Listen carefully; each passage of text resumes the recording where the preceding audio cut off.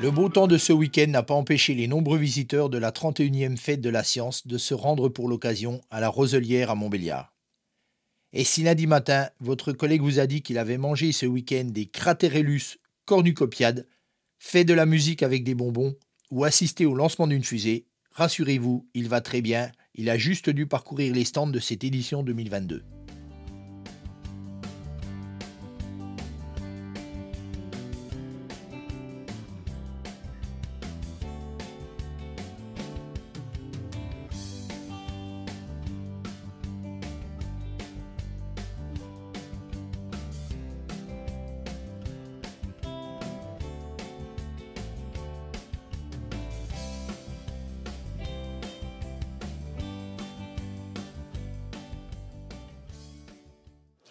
On est avec Nicolas, chargé de communication à l'UTBM Belfort-Montbéliard, l'UTBM qui présente vraiment beaucoup de stands avec des choses vraiment très intéressantes.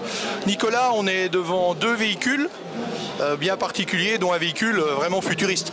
Eh ben oui, c'est le futur, c'est l'Intensity, la fameuse Intensity, un véhicule qui a été développé par les élèves de l'école Espera Sbarro, qui a été présenté au Salon de Genève il y a quelques années, qui est un véhicule futuriste complètement électrique et qui a été développé, construit en moins de 60 jours par les élèves de l'école au niveau mécanique et puis également des compétences de design et de conception.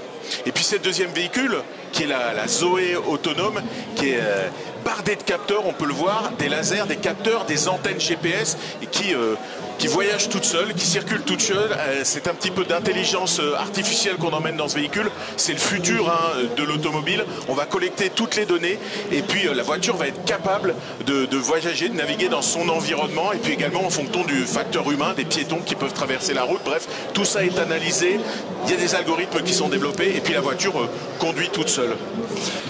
Ça veut dire, si j'ai bien compris, que dans quelques années, je monte dans ma voiture, je lui dis je veux aller là, et elle m'y emmène. Non, c'est trop simpliste. Moi quand même, je pense qu'il manque quand même un petit réfrigérateur avec le petit jus d'orange qui va bien, les sièges inclinables, et là on va être tranquille là. Là, je pense que vous risquez d'avoir pas mal de clients. C'est la belle vie là.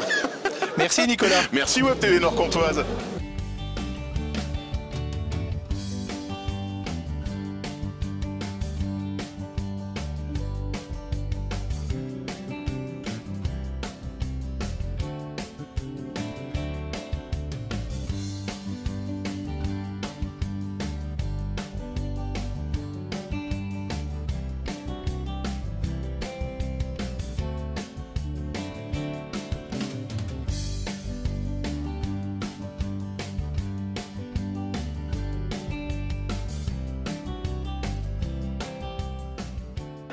On est cette fois-ci avec Philippe d'Archéofaune Côtoise.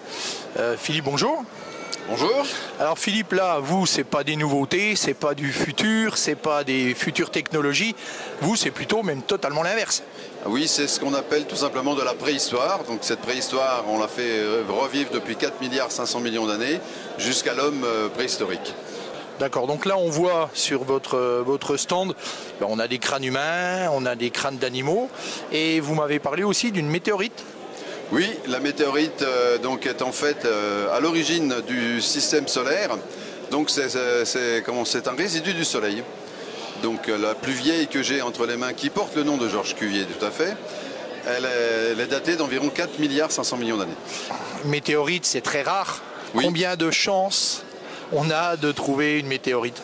J'aurais tendance à dire, chez nous c'est compliqué, puisque donc, si une météorite vient à tomber dans nos forêts, on a du mal à la retrouver. C'est plutôt dans les déserts, aussi bien antarctiques, arctiques que déserts de sable, qu'on retrouve des météorites.